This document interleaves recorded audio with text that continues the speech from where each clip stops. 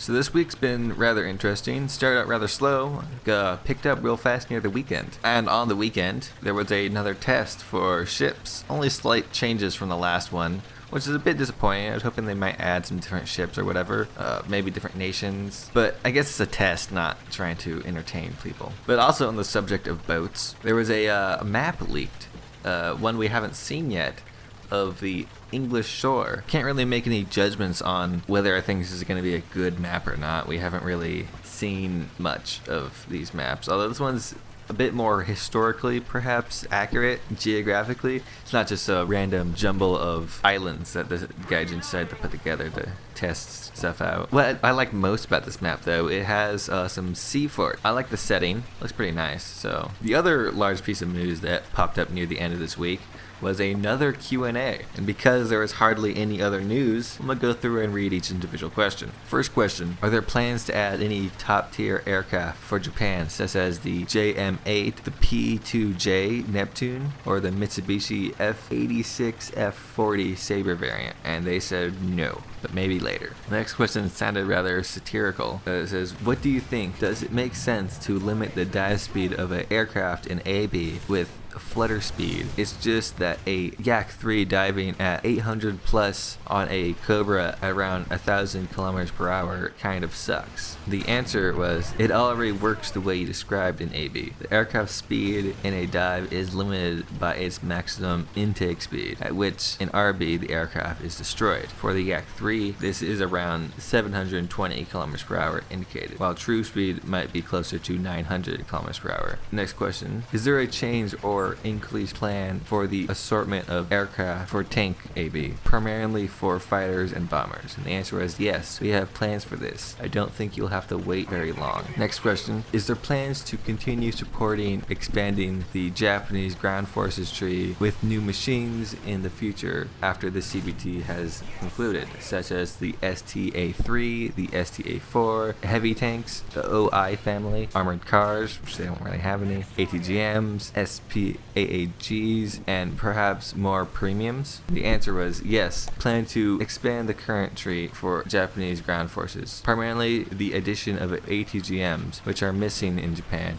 and of course a top tier spag. Next question, are you considering possibility of adding a spag based on the BTR 152 in 5.0 7.3 VR range? The USSR has a severe lack of anti-air vehicles there, especially rapid fired ones capable of effectively shooting down agile fighters. The answer is we have plans for the SPAAG based on the BTR 152, but I don't think it will be at such a high BR. By the way, the BTR 152 looks awesome. The next question, why are many vehicles in game balanced based on whether they have APCR shells? You yourselves know that the presence of APCRs provides the vehicle a disservice. They provide a minimal advantage in terms of ammunition assortment, which becomes a reason for an unjust increase in PR. And they try to dodge the question with, that isn't always the case. For many tanks, APCR provides a significant increase in the ability to knock out targets that were previously invulnerable to them. The next question is about the premium Porsche Tiger that is at 6.0. Really long, so I'm just gonna summarize it. Or they ask, battle rating could be lowered because it's kinda not fair. And they're like, it's possible that it will be changed during the next BR change in economic recalculation. Next question was about the Type 60 SPRR, asking if it can change between its marching and battle configuration, or the turret lowers and raises. And their answer was that we don't currently have plans for this. The next question, will there be any change to the repair mechanics? It looks frankly absurd when damage dealt by a high caliber 122mm cannon is repaired more quickly than the cannon reloads, especially in simulator battles. And their answer was, we arrived at the current repair speeds, including for SB, based on the results of reviews in part of the players themselves. themselves. Initially, time was much longer. We have no plans to change this. The next question was about when a tank explodes and the turret flies off, that instead of going through the ground, just lands on the ground. The answer was, there are certain difficulties with this, but we will still plan to improve the feature. So essentially,